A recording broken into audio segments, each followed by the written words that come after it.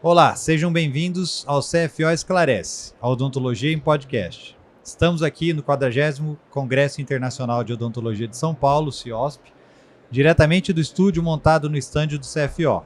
Eu sou o Luiz Evaristo Volpato, diretor-tesoureiro do Conselho Federal de Odontologia, e neste podcast vamos conversar sobre o tema Me Formei, e agora?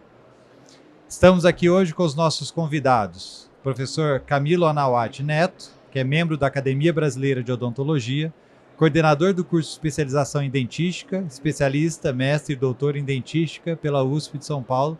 Agradeço, professor Camilo, por estar aqui nesse momento com a gente. Obrigado, Evaristo, é um prazer. Também estão aqui conosco Marco Antônio dos Santos, que é o presidente do Conselho Regional de Odontologia do Distrito Federal. Agradeço também. Eu que agradeço a oportunidade de estar aqui conversando um pouquinho com vocês com um assunto tão atual. E o Dr. Rafael Castro Mota, presidente do Conselho Regional de Odontologia de Minas Gerais. Prazer, obrigado, Evaristo, pelo convite aí, fazer parte dessa mesa tão prestigiada. O Conselho Federal que agradece. Hoje a nossa conversa é sobre o fim do ciclo acadêmico e o início da vida profissional de odontologia. Como o professor Camilo acabou de fazer uma palestra justamente sobre esse tema, eu vou convidá-lo para iniciar aqui o nosso bate-papo a respeito disso. E aí, conforme a conversa vai acontecendo, tanto eu, quanto o Rafael, quanto o Marco Antônio, vamos contribuindo para o assunto, que é um assunto realmente muito importante. Professor Camilo. Pois não, Evaristo, nós acabamos de fazer um evento agora e debatemos bastante essa questão.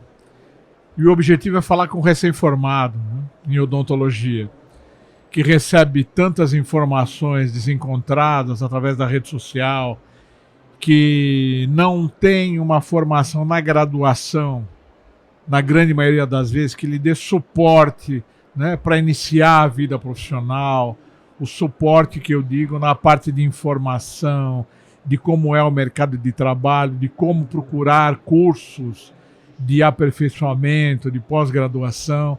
Então nós procuramos dar para ele, né, esse feedback, né, esse outro lado que muitas vezes faz parte de um tipo de informação que não chega até ele. Porque essa juventude está muito ligada, né, na rede social, e hoje o Instagram é uma fonte inesgotável de tentações, né, para o recém-formado.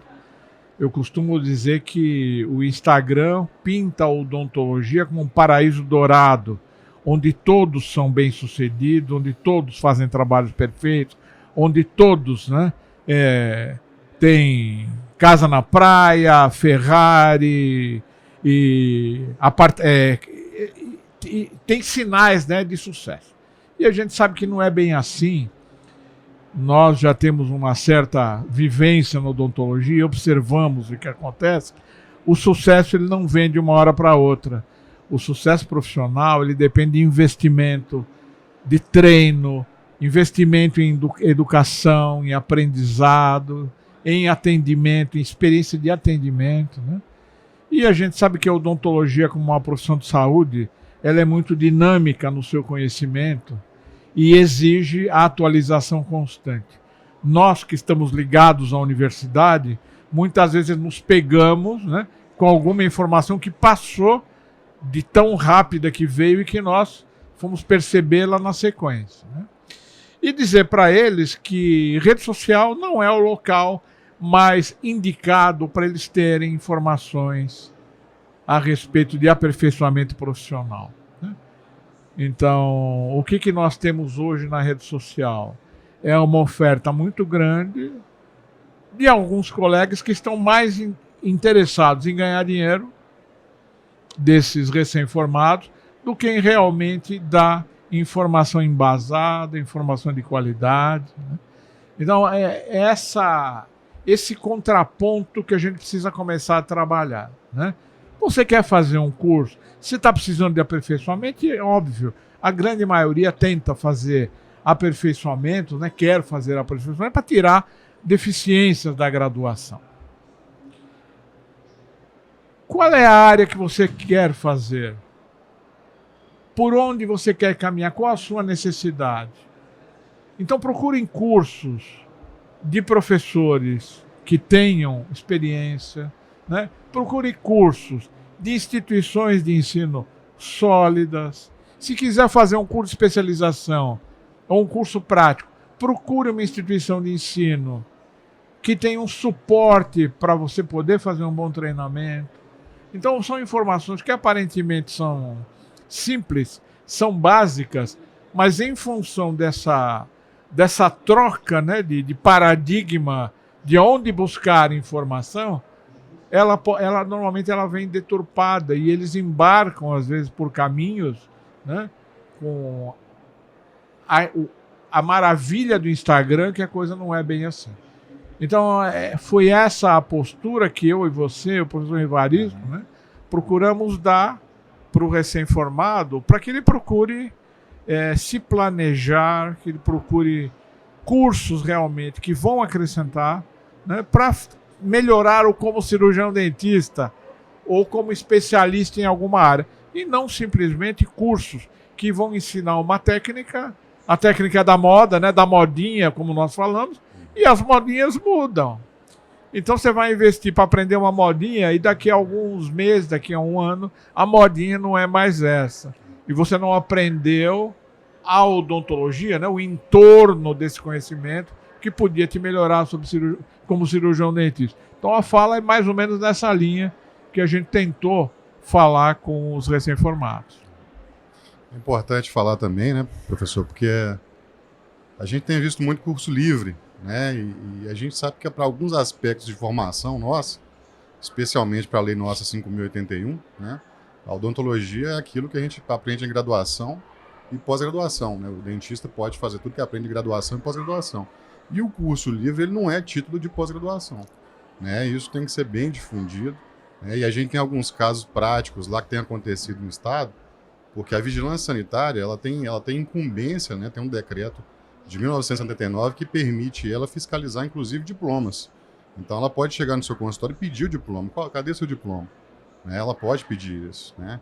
E algumas cidades em Minas lá, eu tenho relatos da vigilância sanitária chegando no consultório do dentista e falando assim, qual é o título de pós-graduação, cadê seu diploma que lhe permite fazer harmonização na facial? E muitos colegas têm procurado o CRO, falando assim, Rafael, chegaram aqui e me pediram esse diploma. Não, eu sei que você já fez muitos cursos, você apresentou o diploma para ela? Não, apresentei uns 10, mas só um tinha selo do MEC. Então, só um tinha valor como título de pós-graduação. Né? Lembrando também que a gente tem que falar que nem toda pós-graduação é uma especialização. Exatamente. Né? A especialização tem que ser reconhecida conforme os critérios definidos, né, na resolução do próprio CFO. Né? Então, esse esclarecimento acho que é fundamental, né, para o aluno, para o recém-formado. Você tem que buscar, às vezes você quer só aprender uma técnica. Não, eu quero aprender uma técnica ali de resina, né, de faceta em resina, tudo bem. Né? Mas às vezes você precisa de título. Né? Igual pergunto também muito os colegas que às vezes vão fazer curso de sedação com óxido nitroso. A nossa lei fala que a gente pode fazer sedação, né? A lei 5.081 também, desde que devidamente habilitado. E a habilitação são 96 horas com título de pós-graduação. E não é isso que vem acontecendo, porque o óxido nitroso voltou agora mais moderno, né? Mais fácil de mexer, com a dosimetria mais automática, e o pessoal está fazendo curso de um dia e acha que está habilitado. Né? Esse é um grande problema. Rafael, só complementando sua fala, você falou em vigilância sanitária e eu lembrei que não só em Minas Gerais, aqui em São Paulo, ocorrem alguns cursos que fazem procedimento, né, como a harmonização orofacial, por exemplo, em instalações que são totalmente inadequadas para isso, como, por exemplo, salas de hotel. Sim, verdade. Nós já tivemos eventos aqui. E quando a vigilância é acionada, porque eles podem entrar e acabar com a festa, né? Sim. Porque não tem condições sanitárias de biossegurança para um curso desse ser feito nesse tipo de ambiente. Eles normalmente não vêm no mesmo dia. A gente tem que agendar, nós podemos ir tal dia, o curso já acabou. Né? Mas é bom que os colegas estejam atentos para não caírem nesse engodo, né, de levar pacientes, que são muitas vezes pacientes modelo também, né, para situações de risco, né? E isso também já demonstra que o ministrador desse curso não atende, né, os requisitos mínimos para formar ninguém. Verdade. E puxando um assunto inicial que o senhor disse, professor, em Brasília nós temos uma experiência até boa junto às universidades, umas palestras a alunos do último período. Inicialmente, quando começamos, eu percebia a falta de informação na questão da gestão do consultório, que era uma coisa muito importante. Na evolução do trabalho que a gente faz, tanto no primeiro período, voltamos no sexto e pegamos o oitavo período também para palestrar sobre o que é o conselho, o que é a odontologia e quais são as principais infrações que hoje ocorrem, que foi até mostrado hoje também, lembrei de uma questão. Tenho uma formação em gestão, né, de práticas econômicas, falei, vou chamar uma colega que é professora, ela é formada pela FGV, cirurgiã dentista, nos acompanhar nessa palestra, e ex-conselheira. Vocês não sabem a revolução que foi.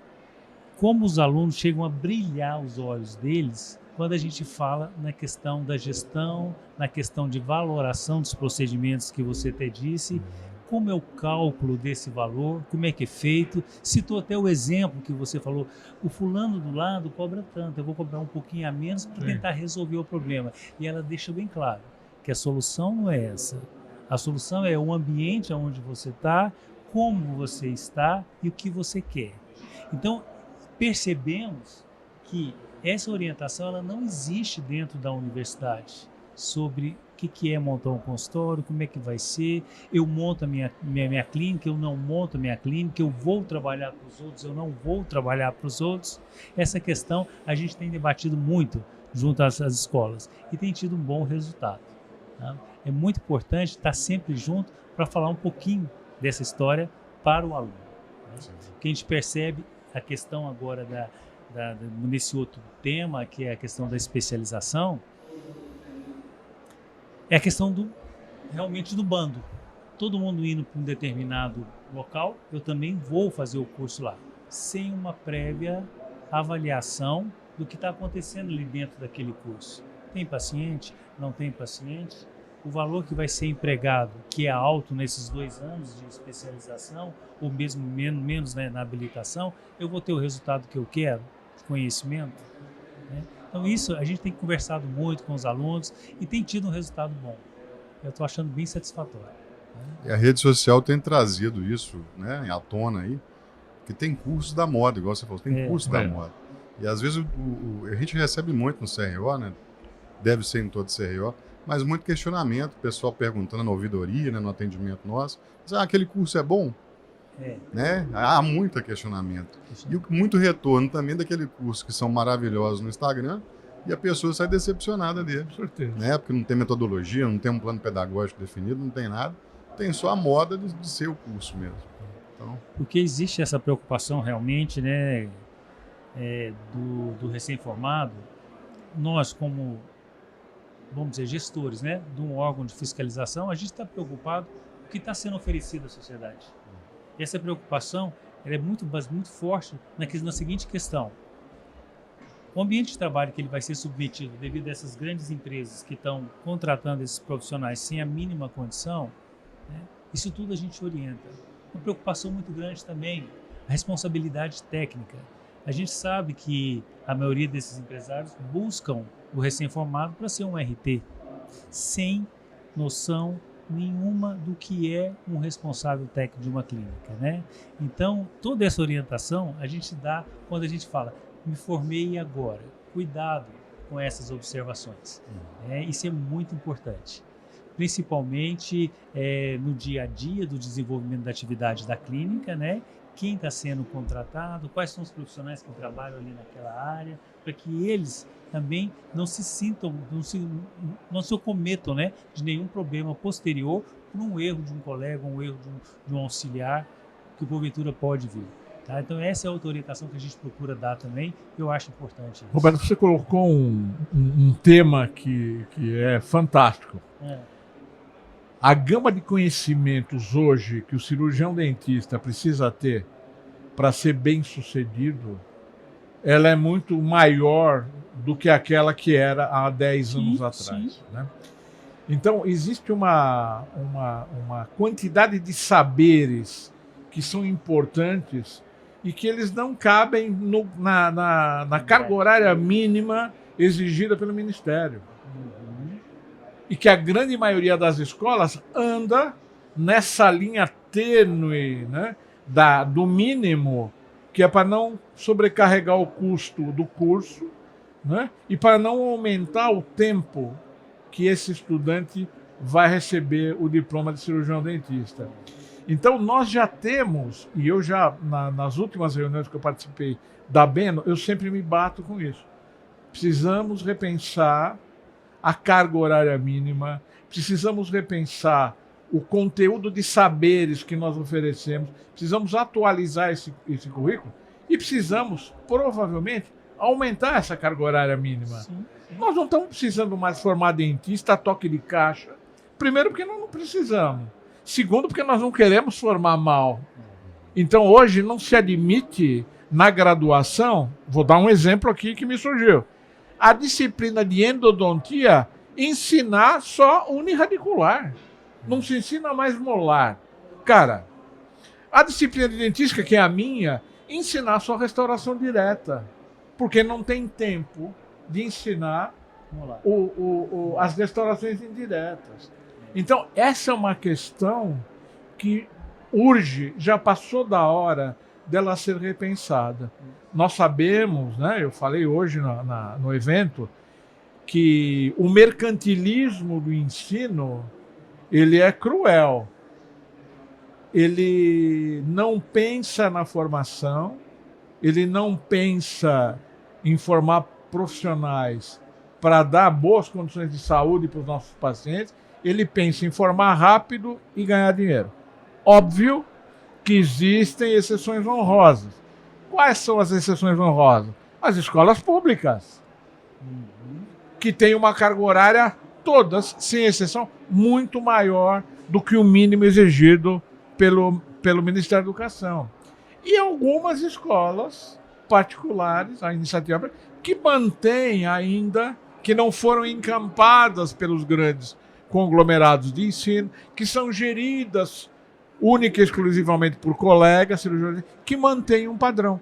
Mas nós precisamos alertar, nós precisamos repensar isso e pressionar o Ministério, o INEP, né, para que repense isso. O conjunto de saberes e o tempo de formação tem que ser repensado. E, sem dúvida nenhuma, tem que ser aumentado. Não podemos só ensinar, né, uma parte da odontologia, uma parte da especialidade. Falar, nós queremos formar, esse é o nosso mote, né? É o nosso modelinho de discurso, quando a gente faz projeto pedagógico, cirurgião, dentista, generalista, com visão de saúde coletiva. Nós não estamos, se eu estou formando meio dentista nas especialidades, eu não estou formando generalista completo. Então, você me inspirou na sua fala a puxar esse... Porque é uma coisa que nós esquecemos, inclusive, de falar lá, né? Tem um passo anterior do agora me formei. Por que ele está correndo atrás? Por causa disso. Por que ele está correndo atrás de especialização? Né? É para nivelar o que ele não teve na graduação. E tem um caso muito importante, o senhor referenciou até o INEP aí, que a gente até mandou recentemente um pedido, né, um termo de cooperação, um convênio do CRO com o INEP, né, justamente baseado na Lei Brasileira dos Sinais, né, do Sistema Nacional de Avaliação do Ensino Superior. Porque a gente tem encontrado casos, assim, aberrações do ensino em Minas. Né? Minas tem 84 faculdades, 86 agora, 2 vão ser implantadas. E o dado que deu hoje, que muitos se espantaram, que Minas Gerais tem mais faculdade de odontologia que São Paulo. Exatamente. E tem. Minas é que mais tem faculdade. E aí eu visitei uma faculdade recentemente, um curso noturno, né, de 10 períodos. Os alunos estavam no 8º período, durante a pandemia eu visitei, na verdade. E os alunos estavam no 8º período, e nunca tiveram contato com o paciente, em 10 períodos noturnos. Eles faziam trabalho exclusivamente em laboratório. Ou jamais tiveram prática clínica em paciente. Então, assim, é inconcebível Então, isso, isso. né? Levantamos esses dados, encaminhamos ao INEP, né? E a nossa intenção era fazer justamente um convênio, porque o INEP, ele não dá conta de fiscalizar tudo. Sim. Né? E o MEC se abstém disso, né? Tanto que a Lei dos Sinais otorgou mesmo ao É. próprio INEP fazê-lo. Né? Mas eu acho que mais que nunca o Conselho, né? O sistema Conselho, na verdade, eu acho que ele deve assumir o ensino, né? Porque o ensino hoje tem sido gargalo nosso, né? Dos bons profissionais, da segurança da população, como o Marco falou também. Né? Eu acho que a gente chegou a hora de a gente protagonizar, né, essa questão da qualidade do ensino. Né? E uma prova boa disso também, uma iniciativa excelente, foi a iniciativa da BENA e do Paraná, agora no CRJ do Paraná, justamente no exame Sim. de proficiência. Né? Eu acho que é um sinal, né? Mas eu acho que há outras vertentes que a gente pode abordar também. A proficiência, na pior das hipóteses, ela vai dar um retorno para a sociedade de quem é o cirurgião dentista que está bem formado. Exato. Né? E não vou revelar o dado que a Vânia nos deu hoje, de percentual de aprovação dos cirurgiões dentistas que fizeram a prova, mas adianto para todos que é espantoso. É espantoso. Beira um platô ridículo de menos de 10%. Né? Então isso é assustador. Põe em xeque a credibilidade na nossa profissão e a saúde do paciente. Então nós precisamos repensar e precisamos parar de ficar quietos. Né? Esse movimento que o CFO está fazendo, ele está mais do que na hora de ser feito. Nós precisamos botar a boca no trombone, precisamos falar, né? Precisamos estimular, provocar quem pode tomar atitude, quem pode fazer alguma coisa, unir como entidades da odontologia, o sistema conselho, as associações, as entidades, os grupos de professores, para que nós possamos fazer alguma coisa. Porque é a nossa profissão e a saúde do paciente que corre sério risco. Porque formar hoje em dia é muito diferente do que aconteceu. Eu acho que, para o professor aqui, eu sou o segundo mais velho aqui. Estou com 36 anos de formado. Já tem menos, mais um pouquinho, né? Eu tenho 43. Tá, 36. Era completamente diferente, né? Eu vim de uma universidade pública, onde você se formava, você abria o consultório, apesar que a minha história foi um pouco diferente, mas você não preocupava com o amanhã, porque você vivia uma outra situação daquele momento, né? É claro que o número de profissionais aumentou muito, mas a população também aumentou. Até um discurso que eu falo muito nas palestras digitais, falo o seguinte: uma vez eu assisti num curso de gestão, uma professora falou assim: bom, dentre aqui presentes aqui na palestra, quantos já contrataram um arquiteto para fazer uma reforma? 2 levantaram, né? 40 pessoas. Quantos contrataram advogados para defender alguma causa? Uns 20. Quantos vão ao cirurgião dentista por ano? Aí todo mundo levantou a mão. Peraí. Aí ele abriu uma luz. O cirurgião dentista, ele tem mercado de trabalho. O que está faltando é a qualificação durante a graduação. Por isso, nosso tema, Me Formei Agora, é essa qualificação. É ele saber o que ele vai fazer com aquele diploma que ele recebeu.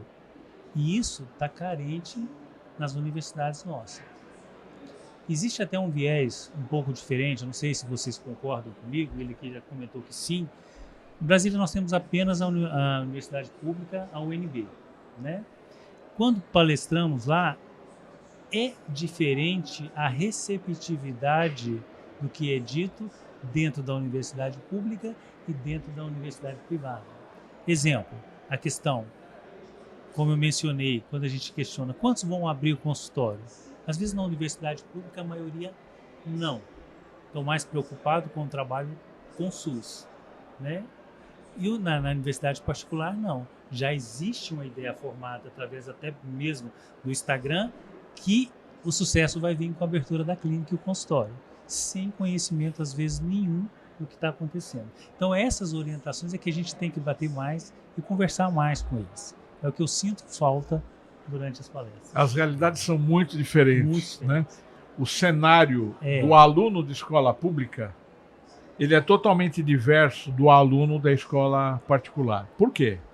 O aluno da escola particular hoje, né, ele consegue fazer essa profusão de cursos muito grande de odontologia, ela veio junto com as linhas de financiamento também. Isso. Né? Isso. Essas linhas de financiamento, que por um lado são importantes, né, democratizam o ensino, né, por outro lado, elas geram, no final do curso, quando o estudante se forma, uma dívida grande. Por mais que sejam juros baixos, né? É uma dívida grande. Hoje um curso de odontologia não custa menos de R$2.000 por mês. Se a gente fizer essa conta de 4 anos, ele sai com uma dívida grande. Ele tem um período de carência onde depois ele começa a pagar. Que isso vai dar uns R$2.200 por mês. Existem empregos que não pagam este valor para o cirurgião dentista. Não existe, é verdade. Né? O SUS, ele não consegue contratar, em muitos lugares, cirurgião dentista, né? Principalmente com a mesma proporção do que eles são formados. Se é Minas, São Paulo, por exemplo, desculpa, né? Então o que acontece? Esses meninos, pressionados pela dívida que eles têm, eles querem ganhar dinheiro rápido e de qualquer forma. Infelizmente, a realidade nua e crua é essa. Eu dou aula ainda em escola particular, né? Eu dou aula na graduação e eu vejo que quando eles estão terminando o curso, é óbvio, eu sempre falo, não são todos, mas é um percentual grande. Existem escolas, existem faculdades de odontologia que pela facilidade e pela inadimplência que esse retorno do dinheiro público vem para custear as mensalidades, eles pressionam os alunos para colocar esses alunos nas linhas de financiamento. Sim. No FIES. Por quê? Porque esse é dinheiro certo e com inadimplência zero. Só que no final da história, o estudante vai ter que pagar. Então, a conjuntura é mais complicada, né? Então, por que muitos estão fazendo isso? Porque não tem informação? Também, um pouco, né? Mas também porque eles são pressionados a ter retorno financeiro rápido para eles poderem sobreviver, para eles poderem investir, para eles poderem, muitos têm família, né? Para poder pagar a dívida que eles estão fazendo do FIES. É uma realidade complicada. O risco maior que eu vejo também é justamente a gente está muito disponível hoje em rede social, acaba que os alunos, estudantes, alunos, né, de odontologia, acabam contatando a gente, né? E eu recebi vários relatos de alunos em vésperas de formatura. Rafael, eu vou formar, vou ter que pagar um financiamento de R$2.000, né? E eu consegui um salário de R$1.800. Né? Só vou sobreviver com R$600 por mês. Né? Como é que eu vou fazer para viver? Né? E isso, o senhor está falando do FIES, né, que é um financiamento federal, mas eu acho que o que tem proliferado muito faculdade no país é justamente ofertando um financiamento privado. Né? Ele empurra um financiamento embutido. Também. Né? Então, assim, pague R$500 para estudar odontologia, mas depois que você forma, você paga R$2.000 por mês. E, Rafael, tem um outro aspecto aí nesse cenário, que o curso de odontologia é um curso caro, não só na mensalidade. É um curso caro porque demanda compra de instrumental, sim, compra de material. Sim. Nós visitamos, eu viajo o Brasil inteiro dando palestra, eu converso muito com os acadêmicos. Nós temos escolas que têm grupos de pessoas que alugam instrumentos para os alunos. Os alunos não têm condição de comprar. Não tem. Então o instrumento do 4º semestre, ele é alugado, o estudante paga, quando termina o semestre, ele devolve o instrumento. Sim. Aí ele pega do outro semestre. Então veja o cenário no qual nós estamos querendo formar cirurgiões dentistas capacitados, né, para atender a nossa população. Então isso tudo nós precisamos repensar. Precisamos repensar esse cenário, porque ele é muito complicado. E tem algo muito importante que surgiu recentemente, que é a lei do superendividamento. Né? Antigamente não tinha esse artifício no Brasil. Então, essas faculdades, na verdade, elas jamais poderiam ofertar financiamento privado para os alunos sem olhar a capacidade de endividamento dele. Porque você está formando uma massa de recém-falidos. Né? Como é que a pessoa forma e vai viver com R$600? Né? Então é um absurdo que tem sido feito. Né? Empurrar uma falsa ilusão, que a Estúdio Odontologia, como eu falei, por R$500, mas não é R$500. Né? O R$500 é o custo básico da faculdade ali. O lucro dela não vem mais do ensino, vem de vender financiamento. Entendeu? Esse é um caso que está chocando, que provoca né, essa revoada de muitos alunos, de muitas faculdades surgindo, mas é um comércio de empréstimo, não é um comércio de ensino. E é isso que virou odontologia. E a realidade dos valores que você disse, isso aí realmente existe. Quando você pega as pesquisas do IPEA e do Cato, que faz o levantamento sobre salário, né, das profissões no Brasil inteiro, a média não ultrapassa 2.800 no início, né, da profissão. Sim. Claro, ele melhora com a evolução, mas no início, onde ele assume várias responsabilidades, está entre 2.800 a R$3.000 para a maioria dos recém-formados cirurgiões dentistas. Sim. E também, às vezes, o que a gente vê hoje em dia com essas empresas, né, que contratam cirurgiões dentistas, até uma exploração. E a gente orienta muito o aluno com relação a isso. Muitas vezes as submetem a uma diária de R$100. É inacreditável quando a gente ouve isso para nós, que somos cirurgiões dentistas, gostamos muito da profissão, e ver o nosso colega ser submetido a tal situação. Isso realmente é muito ruim. Mas toda essa orientação acho que a gente tem que passar mesmo para o recém-formado, para que ele não se submeta a isso e não deixe, né, aquele termo que eu nem gosto de usar, que a gente chama de prostituição da profissão, que não deve acontecer. Sim. Né? Mas é isso, justamente a vontade na necessidade, né, de precisar trabalhar rápido, sobrevivência, para pagar uma conta, sobrevivência, para pagar um financiamento. Agora eu pergunto, né, saindo um pouco do maravilhoso mundo do Instagram, né, por que acontece isso? Existe uma lei básica que não está nos tribunais, né? Não está na área jurídica, que é a lei da oferta e da procura, cara. Se a gente tem uma legião de cirurgiões dentistas recém-formados, precisando de emprego, precisamos sobreviver, né? E não tem emprego, qualquer emprego, por qualquer valor, ele é válido, torna-se atrativo. Então, um emprego público desse, por exemplo, um emprego que paga R$1.500, R$1.600, né? Você abre um concurso, aparecem 1.000, 1.200 colegas querendo fazer. Porque é uma tábua de salvação. Ele pensa assim, eu vou pegar esse aqui, quando eu achar alguma coisa melhor, eu mudo. Eu mudo, mas às vezes isso não acontece. O Varisto apresentou os dados também, né, Varisto? Justamente da pesquisa, né? 40 mil dentistas, não foi? A renda, né? O nível de renda, me fala Sim. um pouquinho pra gente. Não, e aí, até contribuindo com os dados aí que vocês apresentaram, né? Então, a gente tem alunos que passam ali o tempo na faculdade, saem mal formados e já saem na obrigação de assumir um trabalho a qualquer preço, porque eles precisam pagar a dívida que eles tiveram, e eles mal formados ainda não tiveram nem essa oportunidade de buscar uma melhora na qualificação profissional antes de efetivamente exercer a profissão. E quando a gente fala de toda essa problemática, a gente não está falando só, o problema não é só do recém-formado, é de toda a sociedade que vai ser atendida por esse jovem profissional. Perfeito, né? Então, o cenário é mais complexo do que a gente imagina. E ele impacta em toda a sociedade. O impacto não é só no cirurgião dentista. E a gente sabe que a gente está aqui falando de odontologia no podcast do Conselho Federal de Odontologia, mas é uma situação que também pertence a outras categorias, a outras profissões também. Claro. Né?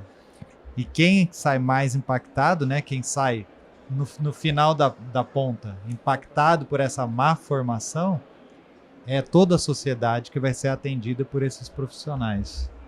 A qual nós defendemos.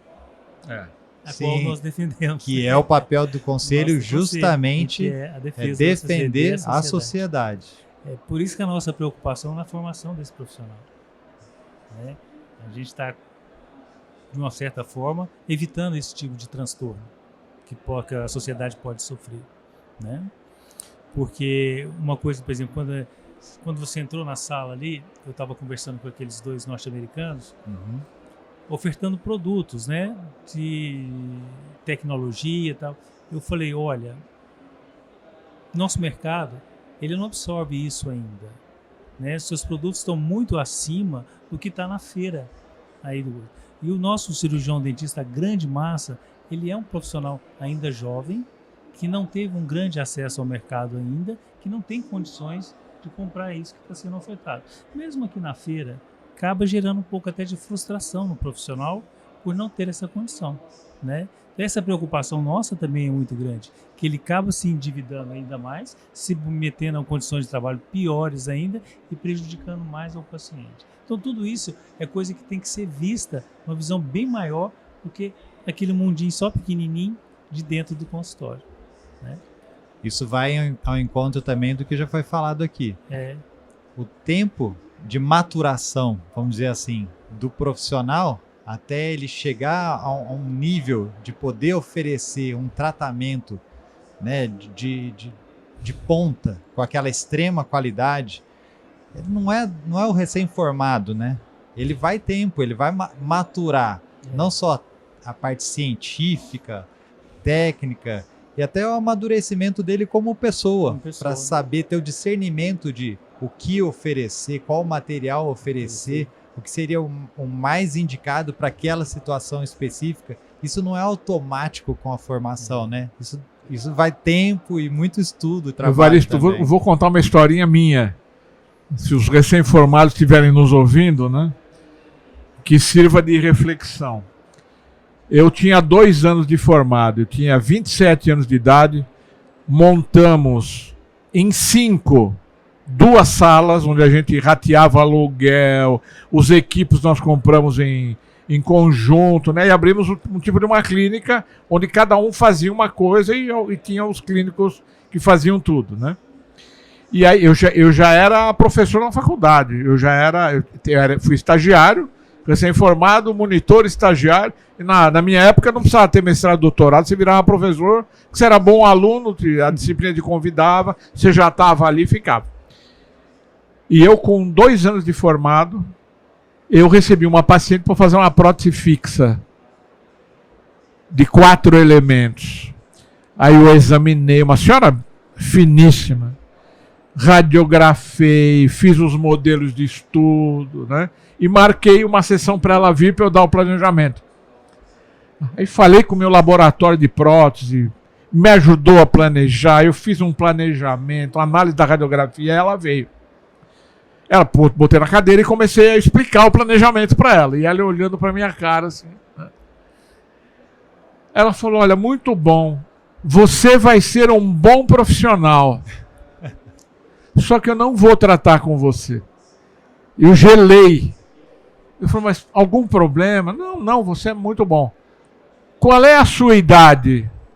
Eu falei, tenho 27 anos. Ela falou, pois é, eu só me trato com profissionais de saúde que tenham, no mínimo, a idade de Cristo. Eu falei, caramba, 28, 29, 30, 31, 32, 33, mais 6 anos. Eu achei um absurdo, porque eu tinha me esforçado. Hoje eu dou razão para ela.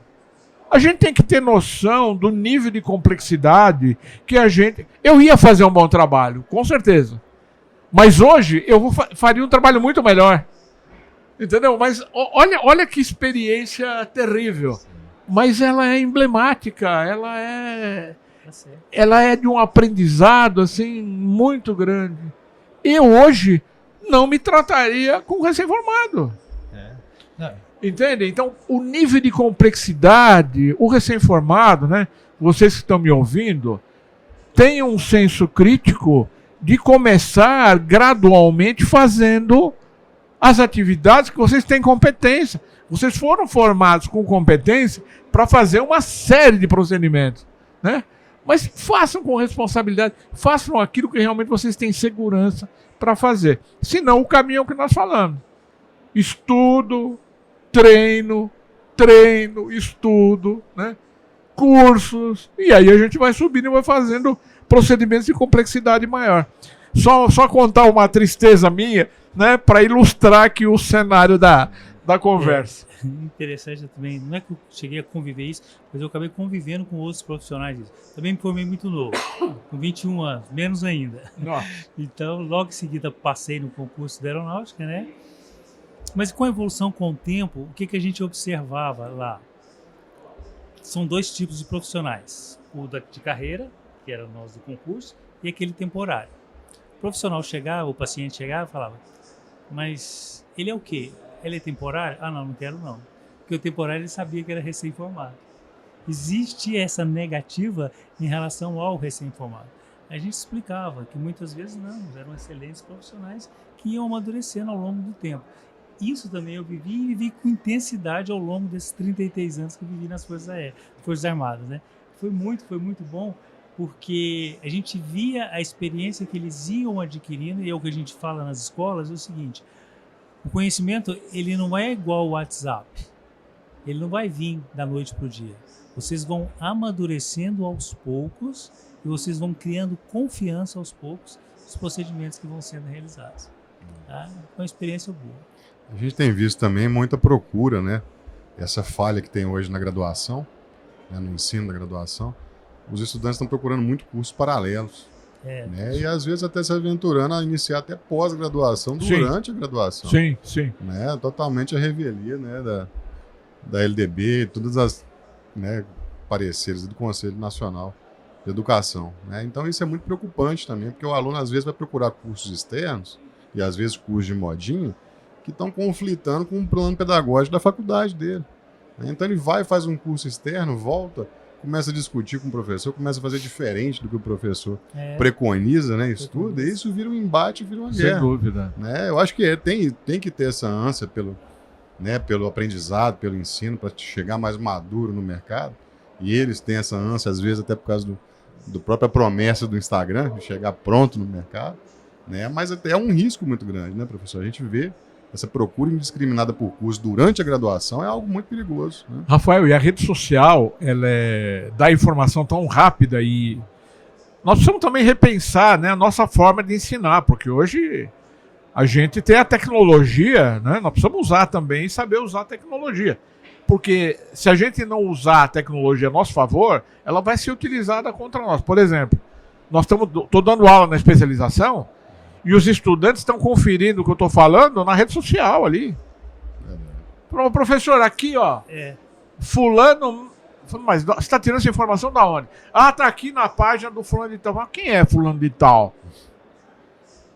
A informação que eu estou dando é uma informação com base científica. Mas ele está contestando, que é absolutamente normal, né? Uma informação rápida e direta que ele está fazendo, competindo com a que eu estou dando, mas que não tem fundamento, que não tem credibilidade. Então, olha que nível. Na verdade, o fulano tem 1 milhão de seguidores, né? 1 milhão de seguidores. Às vezes não tem mestrado, não tem doutorado. Eu falo pra ele, falo, olha, eu todo mês eu tenho oferta para comprar seguidores. Isso aí para mim não significa nada. Likes não significa nada. O que significa é látis, é currículo. Né? Então você veja um nível que essas informações, né? Isso. Você falou dos cursos paralelos, é isso aí. Uma coisa também que preocupa muito a gente é o professor YouTube, né? Isso é muito preocupante. E a gente vê muitos profissionais citando e falando a gente com uma não, eu vi no YouTube, eu sei como é que faz. Isso preocupa a gente muito também. Que às vezes ele não tem a experiência, não viu, mas no filme do YouTube está muito fácil ser realizado. Mas clinicamente é muito mais difícil. A gente sabe disso. Então é coisa que a gente alerta também com bastante ênfase isso aí. Cuidado com os procedimentos do YouTube, que às vezes nem poderiam estar ali e muitas vezes estão. E isso é importante mencionar, né, até para reiterar justamente o CFO, né, teve o protagonismo de liberar a divulgação de imagens, né, de antes e depois, né, de diagnóstico e resultado. Né, eu acho que isso alavancou muito a odontologia, mostrou o resultado. Né, eu acho que teve um paciente esses dias que me procurou na rede social falando assim, eu não sabia que tinha solução para o meu problema. Eu sei porque eu vi uma imagem de diagnóstico e resultado, né, de antes e depois. Mas existe essa possibilidade, mostrou a possibilidade da odontologia para o mercado, para as redes sociais, mas preservar, né, guardar a imagem do transcurso é muito importante. É muito importante, né? E há uma lógica para isso. A lógica é justamente para não mostrar um procedimento que é de nível superior, de nível técnico, de formação de nível técnico superior, para um público leigo, né? Porque o público leigo vê aquilo na rede social e igual saiu esses dias também nos jornais aí falando que o próprio paciente ali fez sua própria rinoplastia. Exatamente. É uma loucura. A gente não pode ter ilusão de que quem vê a rede social são só os nossos colegas, né? E também não pode ter a ilusão de que fazendo divulgação por rede social a gente vai aumentar indiscriminadamente a nossa clientela. O antes e depois, ele tem o seu lado positivo, né? Mas muitas vezes ele está sendo mal usado, né? Ontem nós tivemos um simpósio de ética e um dos palestrantes, que é expert em rede social e trabalha muito orientando cirurgiões dentistas, ele falou, nós precisamos repensar essa legislação do antes e depois. Porque muitos colocam imagens incorretas, muitos colocam o que não pode trabalhar. Hoje você trabalha digitalmente imagens, né? Colocam procedimentos, coisa que não pode, né? Aí quando a gente questiona, eu muitas vezes, em off, eu mando um recado para ex-alunos meus. Cara, você não pode mostrar uma imagem que você está injetando produto no rosto do paciente. Você remove um molar, né? O recém-formado acha maravilhoso que ele tirou. Ele mostra, você bota na gás e mostra. Você não pode. Você não pode mostrar o procedimento. Ah, mas os meus colegas fazem e não acontece nada. Não acontece. Acontece porque os dentistas se denunciam e muito. E muito. Só que as coisas levam um tempo para acontecer. Então não deixa que aconteça com você. Não poste mais. Se postou, tira. Vai ver a legislação, vai ver o que pode e o que não pode. Então, é uma coisa que ainda não foi corretamente absorvida e digerida pelos colegas, né? Que acho que antes e depois pode, mas não é tudo que pode. Né? Tem uma regra para fazer isso. Não é, Evaristo? Excelente. Não, excelente. E essa é bem a parte do que cabe ao Conselho, fiscalizar. E durante aqui a conversa, ficou muito simples, muito fácil para o jovem profissional compreender o risco que ele corre ao fazer um procedimento que ele assistiu a um vídeo na internet. E ficou fácil de entender também por que é vedado ao profissional fazer esse tipo de publicação, porque isso não é permitido pelo Conselho Federal de Odontologia. E aí, a nossa conversa está muito boa, né? Eu tenho certeza que os ouvintes vão aproveitar muito o que foi falado aqui, e eu aproveito para agradecer mais uma vez o Marco Antônio, o professor Camilo, Rafael, por estarem aqui no podcast. Hoje a gente falou sobre o tema Me Formei e Agora, a sua importância para a valorização e o desenvolvimento da odontologia. Em nome do Conselho Federal de Odontologia, agradeço aos convidados e agradeço aos nossos espectadores, telespectadores, os nossos ouvintes que acompanharam até aqui essa iniciativa inovadora do Conselho Federal de Odontologia. Gostou do tema desse podcast? Então divulgue em suas redes sociais. Compartilhe o link desse podcast com seus amigos. CFO esclarece. A odontologia em podcast. Obrigado. Obrigado. Muito bom.